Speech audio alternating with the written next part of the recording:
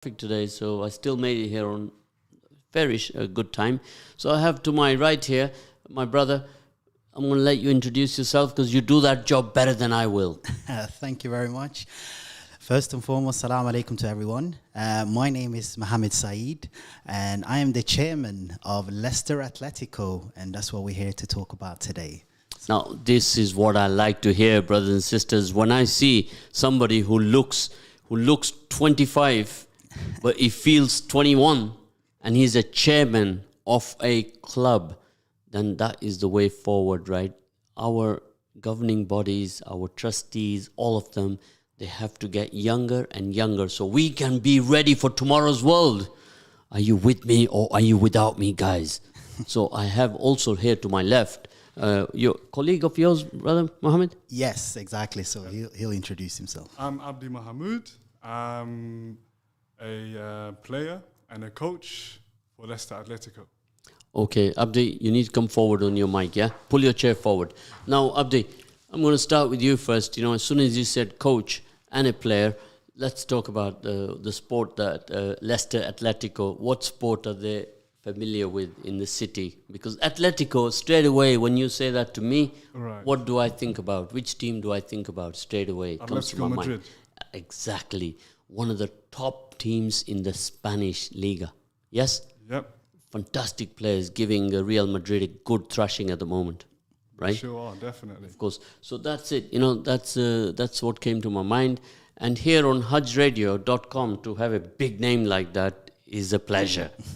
Bring it on. Bring it on. We're ready for you all. So, Abdi, I want you to tell us about your coaching, and also you said you're a level. Do you have a particular level you are coaching at the moment? I'm still beginning as a coach. I'm still mainly playing, and I'm still beginning my coaching. But it's really good. It's really good. So, are you coaching grassroots young players? Grassroots. Yeah, from 5-year-old.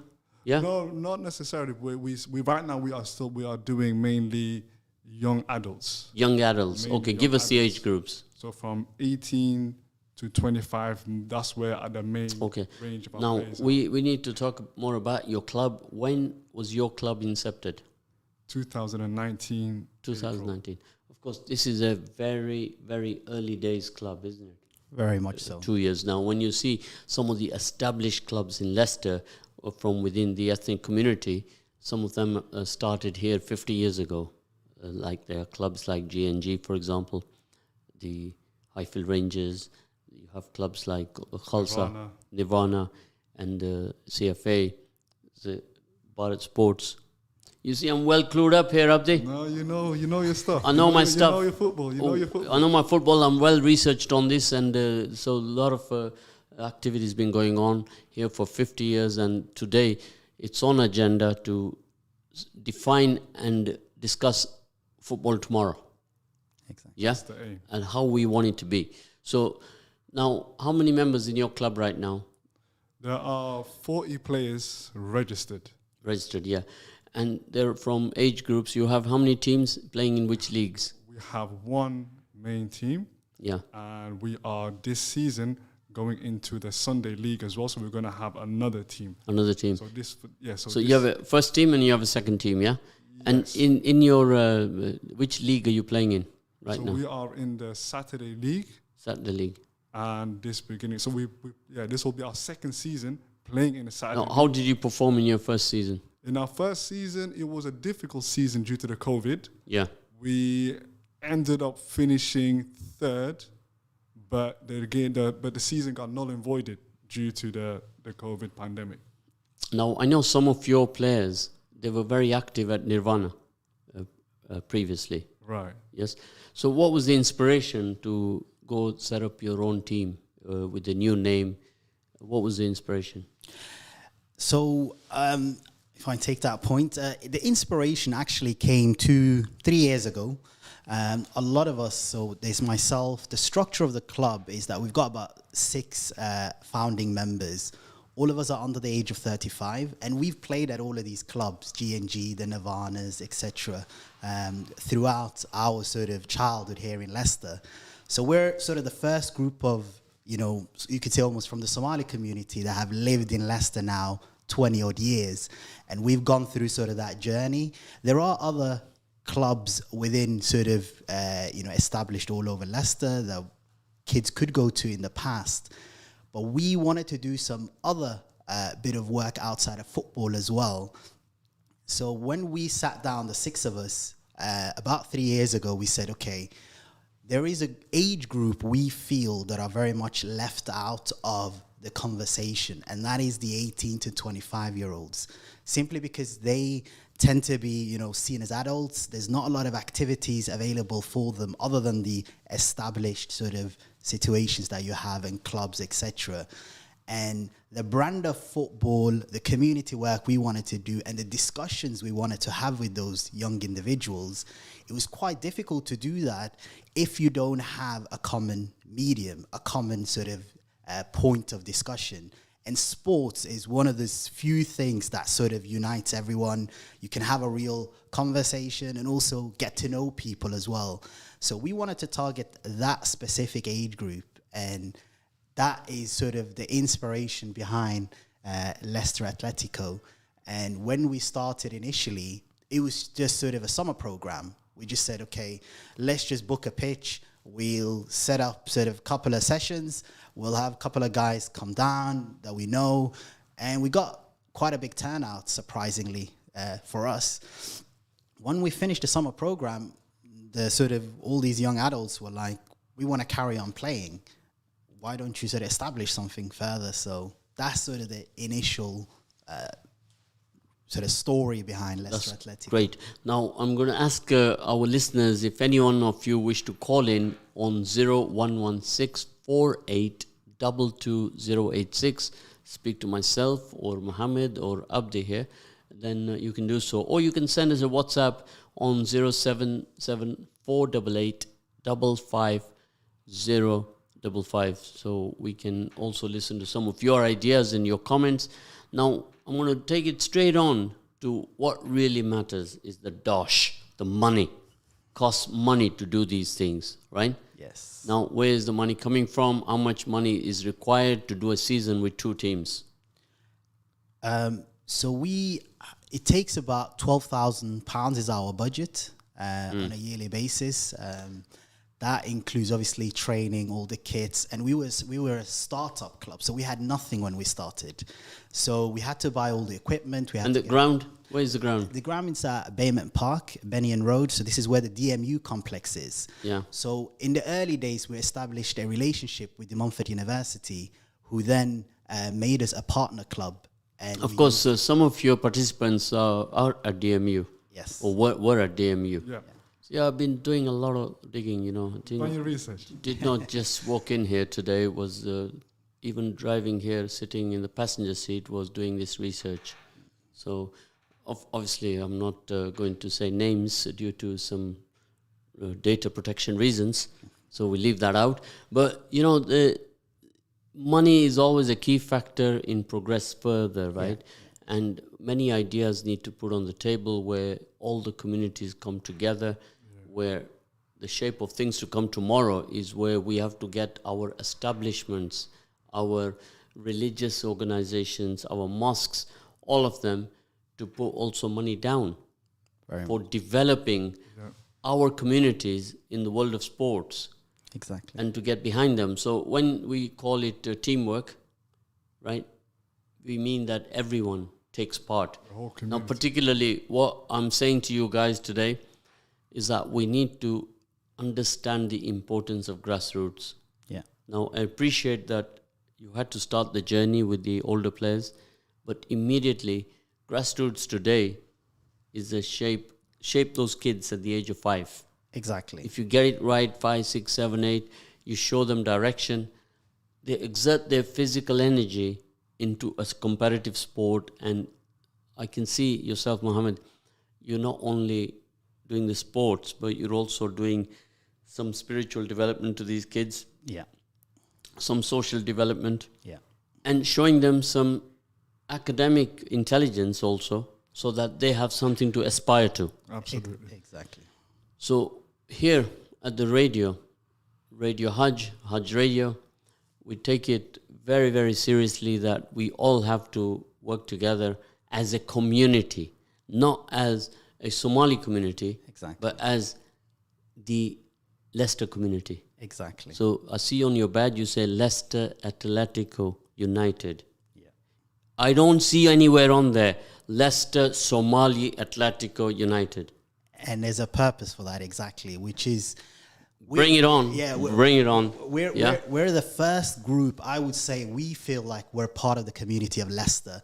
The Somali identity, of course, is important in a different sense, but I grew up here with this multicultural, amazing city, and that's what shaped me, not... You know, Mohammed, Abdi, I've seen the younger generation of the Somali community, even younger than Mohammed here, and these guys are going forward in a positive direction in terms of academia, in terms of integration. They're at another level, right? So I'm very proud of them that they have gotten there faster. And most of you probably don't even know how many Somalis live in Leicester. So if you have an answer to that, without Googling that or without asking your friend, you can call me on 0116 4822 or you can text me on 0774 8855 You're listening to Zed on the drive time on Friday evening today on the 6th of August. And having the studio with me, my brother Mohammed and my brother Abdi here. They are representing the Leicester Atletico United football team. A team that is going to go very far. You're going to hear more and more about this team. So we were talking about finances here today, and most of you listening in right now, you know that this is a problem for all teams throughout Leicester. So some of you established teams have gone down this journey, like some of the teams you played for before you set up your own team. Exactly. And for us, finances, it's the difference between having that extra session, having that extra team, catering for those extra youths, etc. And we've taken that financial burden, say, the last 2 years on ourselves, meaning the team, mainly the management. And, you know, it's not easy raising over £10,000, but we've done that on our own accord because we wanted to stand on our own feet to set our own agenda, to drive the club in the direction we wanted to, because there was areas such as community work, etc., outside of football that we felt was important. And as such, you know, now we've hit that sort of maximum capacity of what we as a management can do.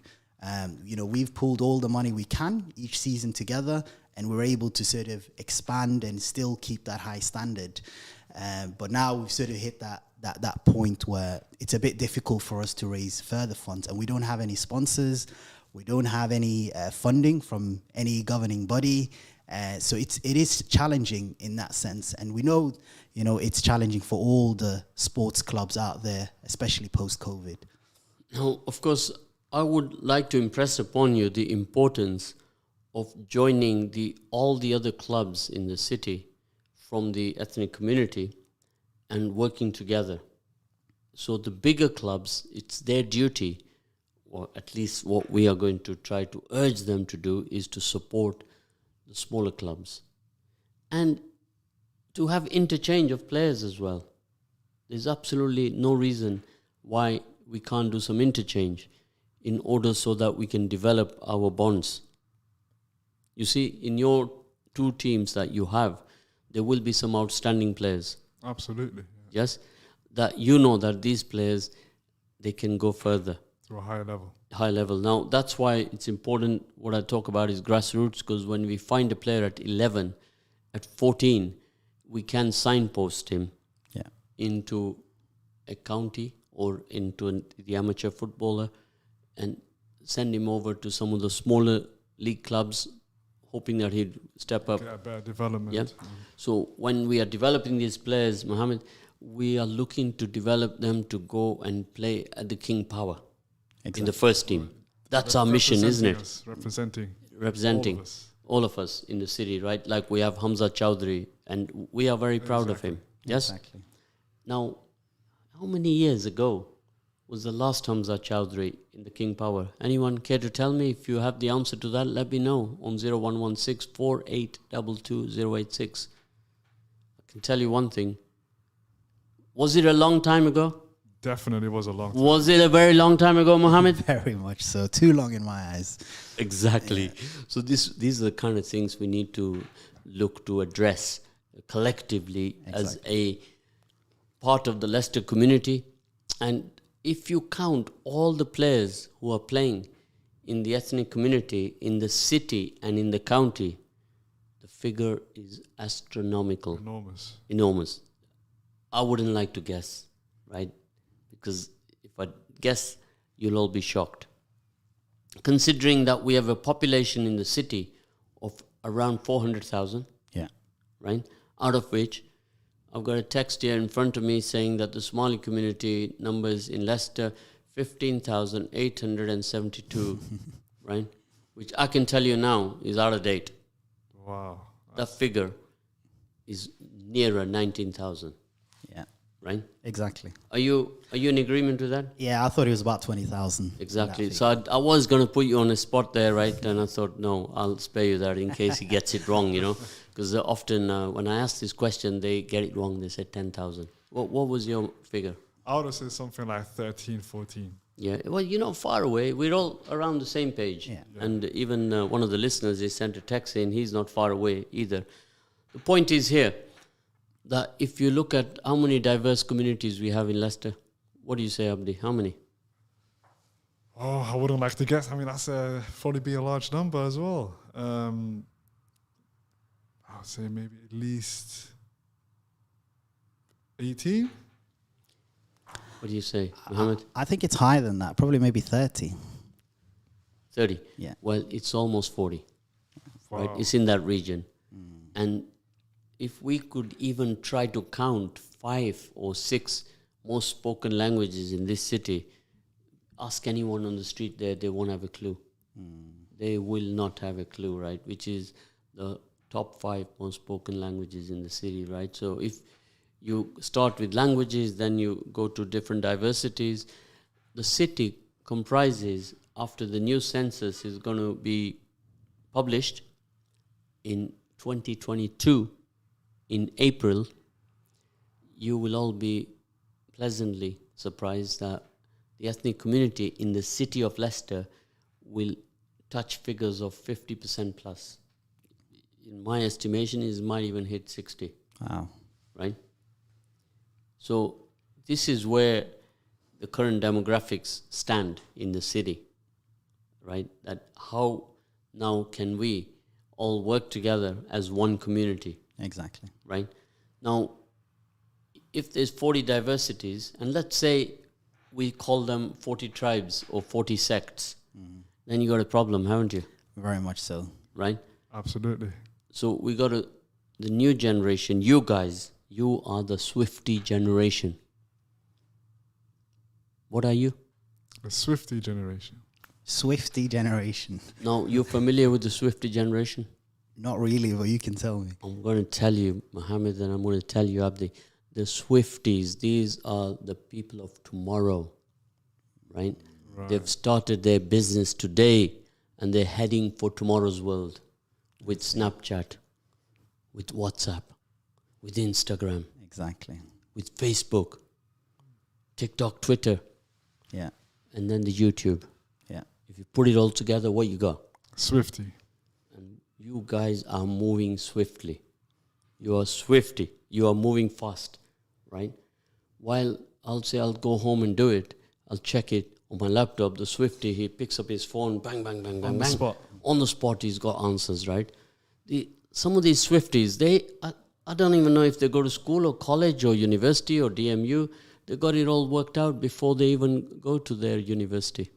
That's how fast our society is progressing.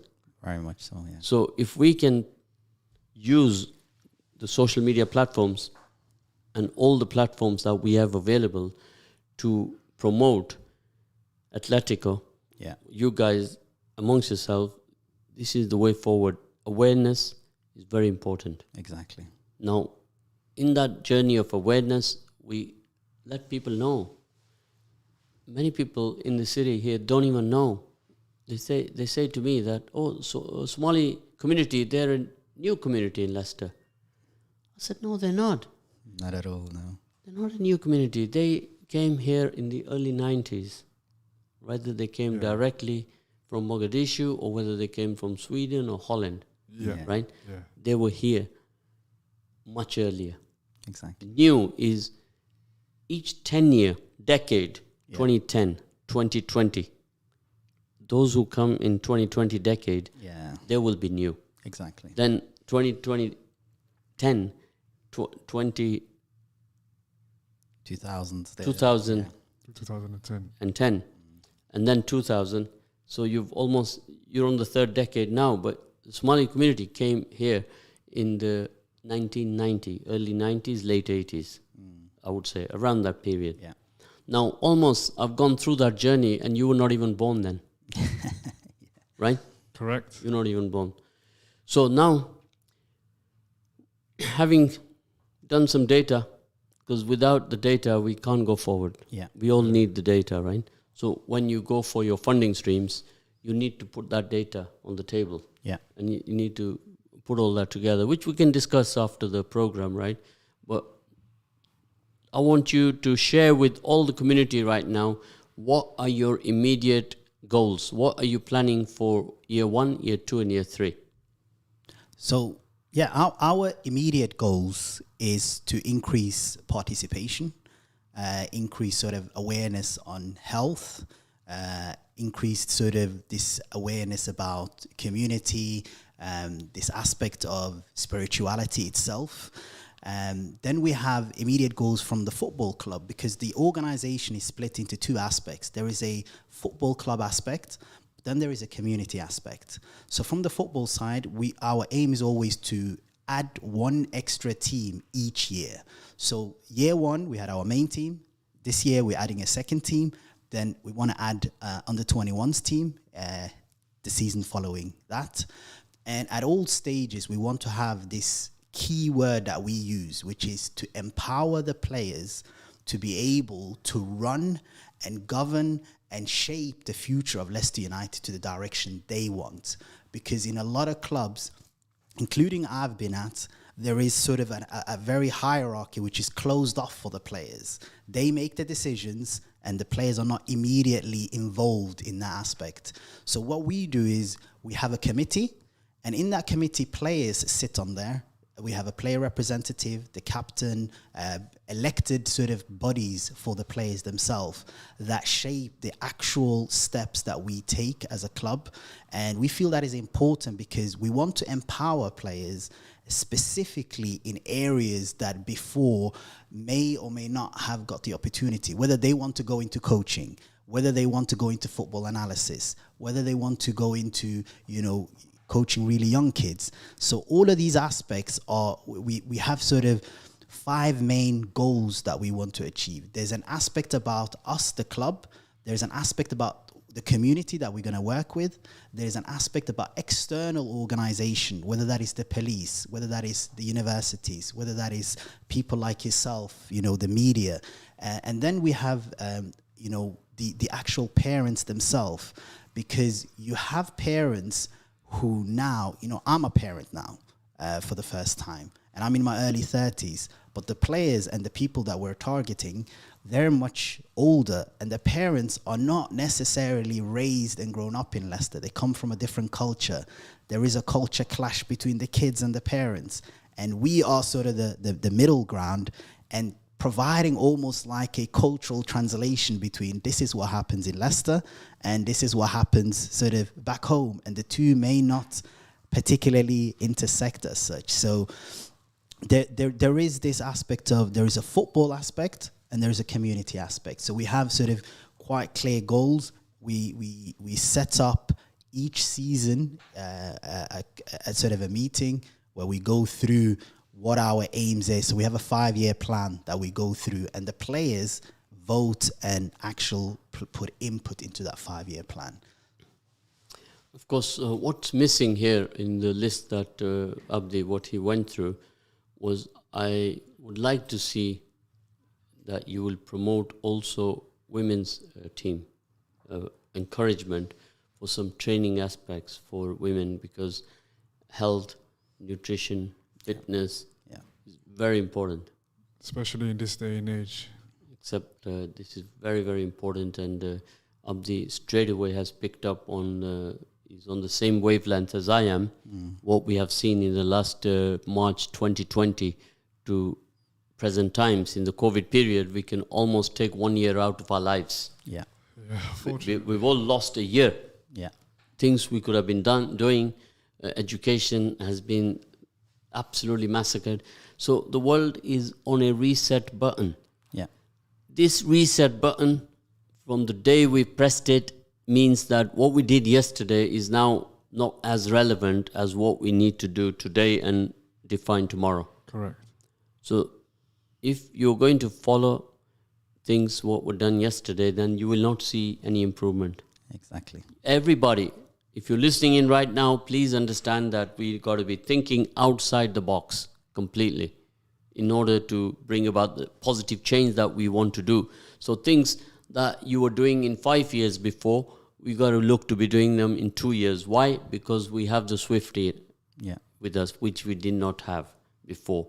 So a lot of the issues you've talked about right now are all communication related. Communication related, personal development, capacity building of individuals. Yeah. Right? So that can only happen.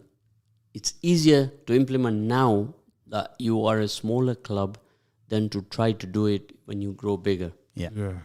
When you are a smaller club, there is more interconnection between the 40 players. Yeah. You can literally database every single player and put an appraisal system in place for that player. Yeah. And it's not difficult to do. You have 10 bullet points on that appraisal list and you put that on. Number one. What's number one in my book? Which one do I always use as number one?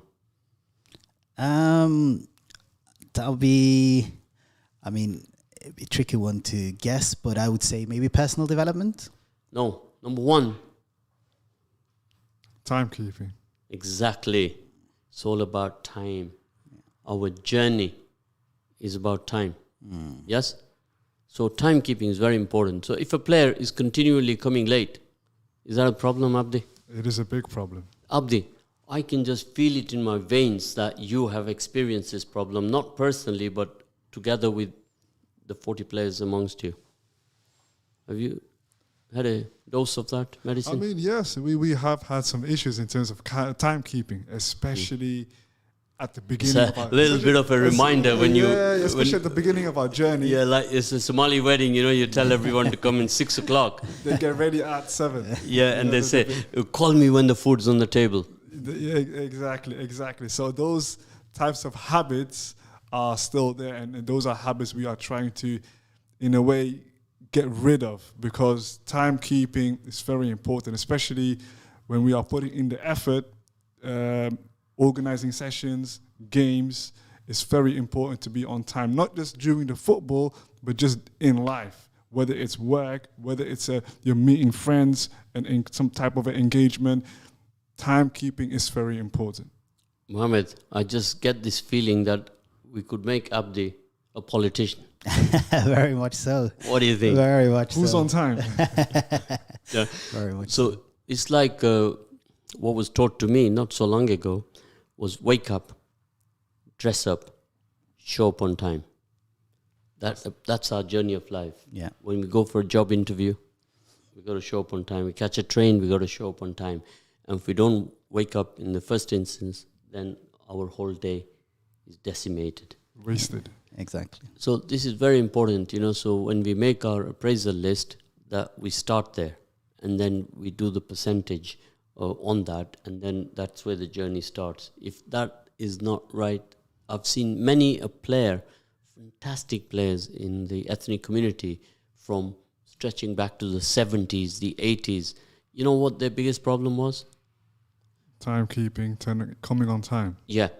Now, some of them, I know one particular one comes to mind. He was a brilliant player, midfielder, and he played for Kettering Town, Northampton Town. And what was his arrogance? That he felt that he didn't want to do training. He was too good. He was a Maradona, right?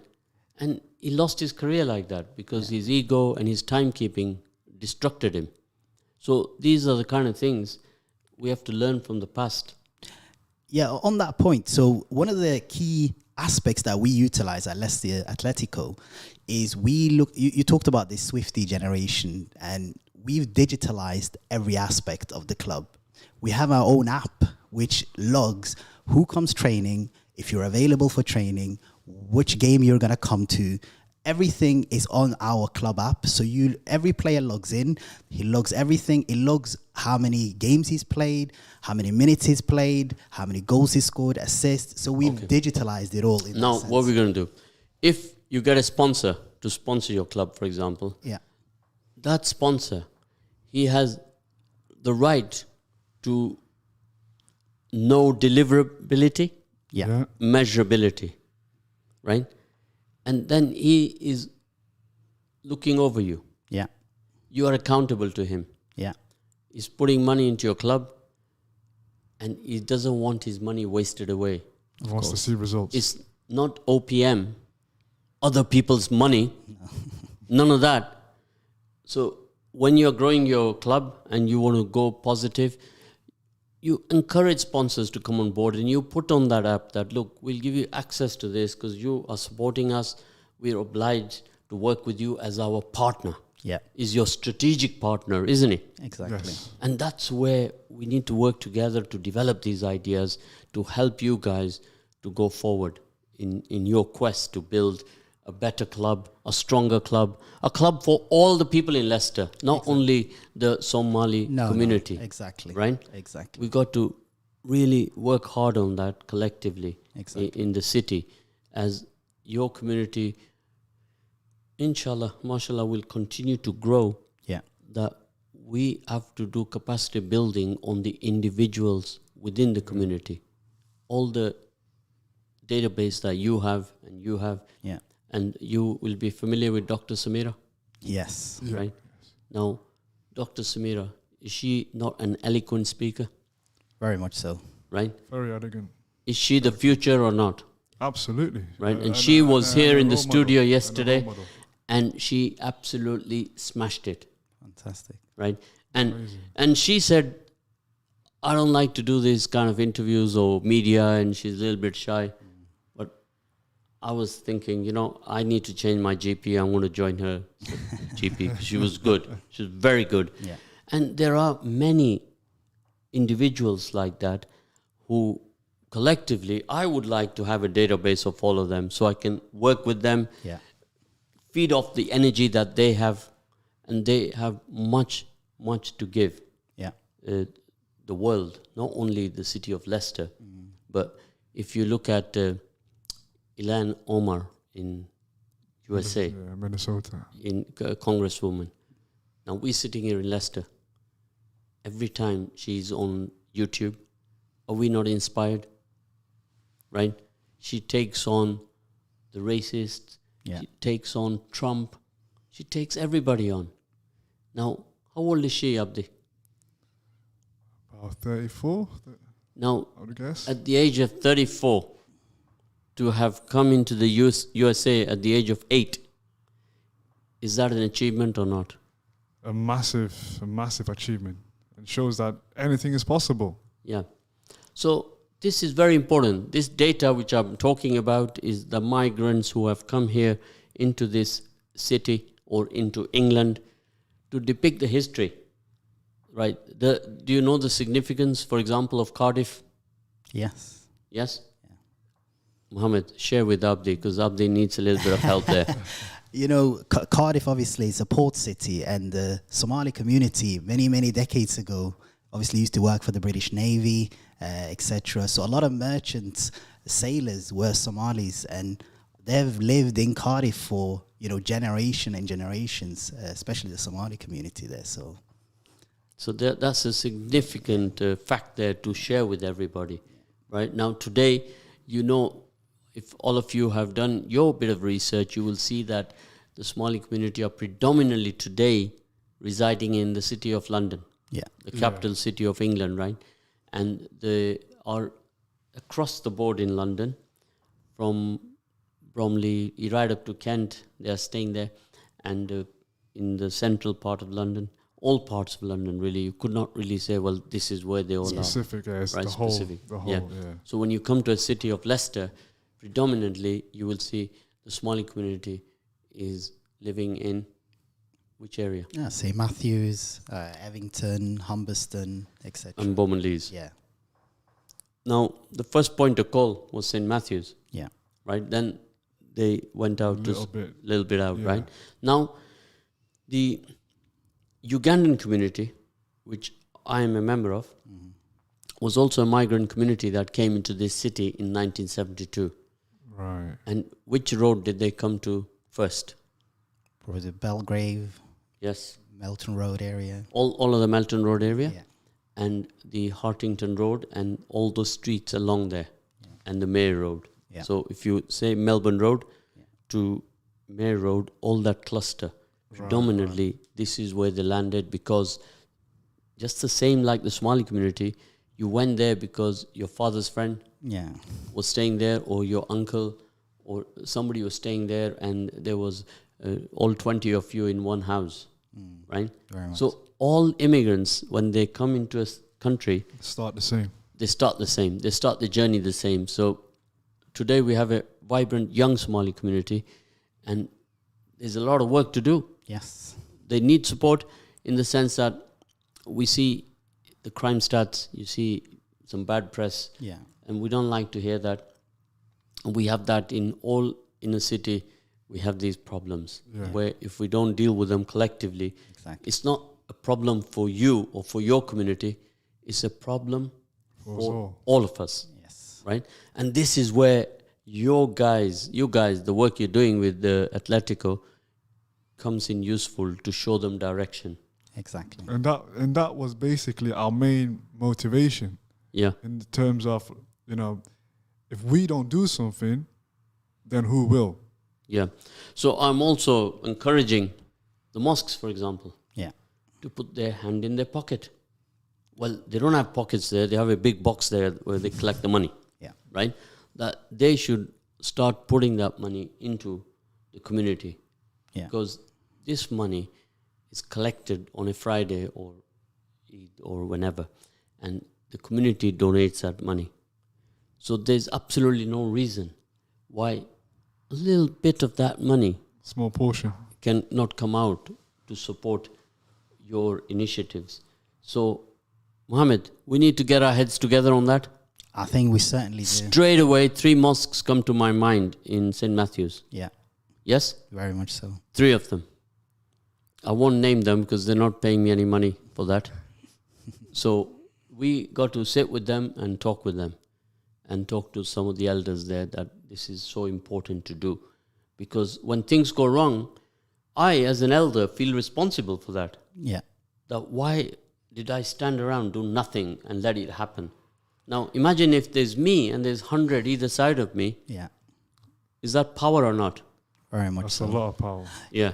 Now, imagine if those 100 either side of me were from all parts of the 40 diversities. It's an amazing picture. Would that please Allah? It certainly would. Absolutely. That brings unity. Exactly. So these are the principles and the foundations that, Muhammad, I would like us to work on, the radio, together with you, Abdi, and build a structure which is fail-proof and it brings everyone together. And we don't have, this is our community or my community. All the communities, they are our communities. Exactly. It all affects us, and I think there's a lot of what you call sort of reactive stuff that happens after something happens. Instead, we need to all come together and support and have this proactive view so that we can actually do something. Right, I'm going to explain that to you guys. Okay. Here at the radio, we call that an antibiotic. Right? Now, I'll give you an example. During COVID, dentist. Let me tell you a story of the dentist. A dentist, a patient would come there and he would give him an antibiotic to stop the pain. Because there were not availability to work on a patient, to put him on the chair. So one patient would have about 8 courses of antibiotics before he could get his turn to get the root canal fixed in his teeth, right? Yeah. And that antibiotic, what happens? Is it a permanent cure? No. What happens, Abdi? Becomes resistant. Right. After the course is finished, that pain comes back. Exactly. So these are the kind of things I'm talking about, what we call antibiotic, right? So that reaction, what you talk about, is the PRS. Yeah, exactly. You know the PRS? PR now, if you explain. Right. Problem, reaction, solution. Yes. That is what we call the PRS, right? So there's a problem. Mohammed has got a reactive mode on there. He reacts. The government comes along, gets the custard dreams out, Yeah. and offers a solution. It's an antibiotic, Yeah. right? The root cause of the problem is still there, Very It's much not so. fixed. Exactly. right? So we got to take away from here today, all three of us, and do some serious building in our communities, right? Yeah. Being all these 40 diversities, we got to stretch out and reach out to them and make it happen. And believe me, I'm telling you now, it's not an easy task, right? What did Prophet ﷺ do in Mecca, in Medina? How many tribes and sects there were there? Multitudes. Yeah, many tribes. Right. Many different sects. What did he tell them all? You're all Come the same. together. You're all the same, Yeah. ultimately. So, And that is what we have to do. We need to bring everybody together and follow the example of our Prophet ﷺ. Yeah? Absolutely. Now, if That's we the don't, best example. if we don't do that, right, we actually then question our own deen. We contradict our own deen, don't we? With our own ideas. With our own ideas. So, for me, if I do Jummah in one masjid there in St. Matthews, I'll say, oh, next Friday I'll go to this particular one. I'll go to this particular one. And I myself have met up with these masjids in St. Matthews from problems that they've had with their PA systems, and Muhammad says, come on, let's go along, give me a lift there, and I go there and we fix that problem for them, and then you get to meet and you see the mosque. You remember what it used to be, yeah. what is it is today, you know. Right. Most of them were textile factories, Yes, yeah. which today are mosques, Yeah. right? Two of them just close to each other were textile factories, Yeah. right? And one brother, he has left that to be a mosque all of the time, and many a time he's had an opportunity to sell that, but he refused to do so because he knows that there's barakat there Yeah. Absolutely. for him. Now, what is the beauty about it? That he's not from the Somali community, Yeah. right? Yeah, exactly. Now, isn't that beautiful?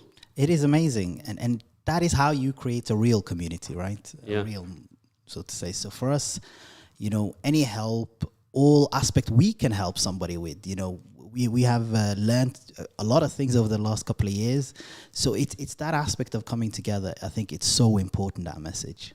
So our engagement here at Haj Radio has gone up 10 notches in the last 30 days because we have engaged now with the future. We're engaged with tomorrow's media presenters, tomorrow's journalists, tomorrow's football clubs, tomorrow's leaders, and each one of them that I have met here from the Somali community, I'm inspired. I say, these are the guys who's going to lead this city to another level, right? So that makes me very happy, Abdi. And I'd like to share that happiness with you today, We appreciate that. right? And with you as well, Mohammed. So this is the way forward, that if we don't give our young people the platforms, then we're not going to progressively build a great future in the next 10 years. Strong foundation. Strong foundation. Yeah. So everything that we do here, we look for a delivery. Now, we are engaging with another lady from the Indian community. She's called Shili, and she's working for the English Cricket Board. Okay. And she's looking to engage with young women in the community, to introduce them to that game, to sports, to fitness, to nutrition, health, well-being, all of that. Fantastic. So through the game of sport, which is cricket, she sees absolutely no reason. Well, why can the Somali girls enjoy that? Yeah.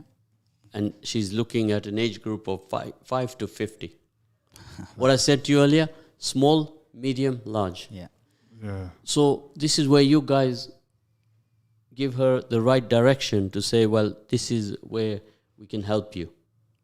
You with me? 100%. 100%. And you feed off each other. The more people that you engage with, you are going to come into a situation where you're going to build up that network to say, a man who knows a man who knows a woman. Exactly. Right? That's where I will guide you or help you, which Fantastic. I would like to do with you guys. That would be amazing. That would Yeah. be amazing. And to connect you, to sit you on the table with the other clubs that are existent in Leicester for a long time. Yeah.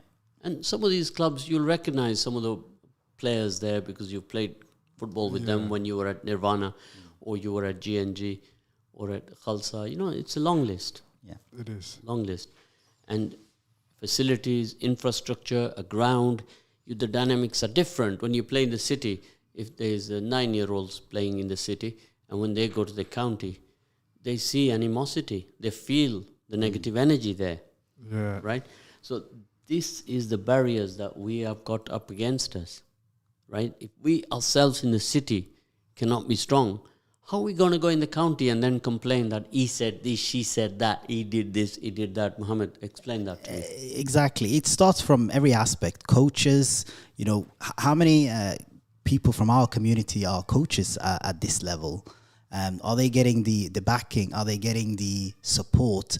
Are they getting, and the players themselves? You get a lot of players who do get the opportunity at a young age. But if you look at this city and the diversity, and like you said, 60% potentially, could be from a minority sort of position. Ethnic community. How many players are playing at under 11, under 10, under, 18 at the main team here in Leicester? It's not filtering through in essence. And I think that there are aspects that need to be looked at, and it's everything from coaches to players, and we really need to step up all our game, I think, within the community to push those barriers. Absolutely. So we will help you everywhere we can and give you the support that you need. Sometimes support is not only about money, it's about the time we give to each other. Yes. So important. The networking, Yeah. etc. And Abdi, we'll be closing in 1 minute and 21 seconds, and I'm going to tell you something. What is your net worth, Abdi? Priceless. Priceless. What is it? Help him out here. Our net worth? Your net worth, my net worth, your net worth, Akil's net worth. What is your net worth? Akil is our producer. We have to be kind to him, otherwise he'll switch us off. Yeah. Our net worth is our network. Yes, very much right? so. Your net worth is not to be defined with money. Yeah. Your net worth is your network. Who you know. Right? It's who you know, and that is your net worth. And your net worth is also your own inner spirituality. Exactly. And the du'as that you will make to Allah subhanahu wa ta'ala, to ask for guidance all the time. Sincerity. And these are the kind of things that we need to build our platforms upon. Exactly. Right? So, Abdi, I'm going to let you say the last few words before we close. Thank you to all the viewers, the listeners who are listening, and thank you very much to you as our host for having us here. And thank you. And yourself? I would just say, follow us on Twitter, on all the social media. I'm going to say Assalamu alaikum on behalf of my two wonderful guests. Jazakallah khair. He's very, very strict on close. You have to close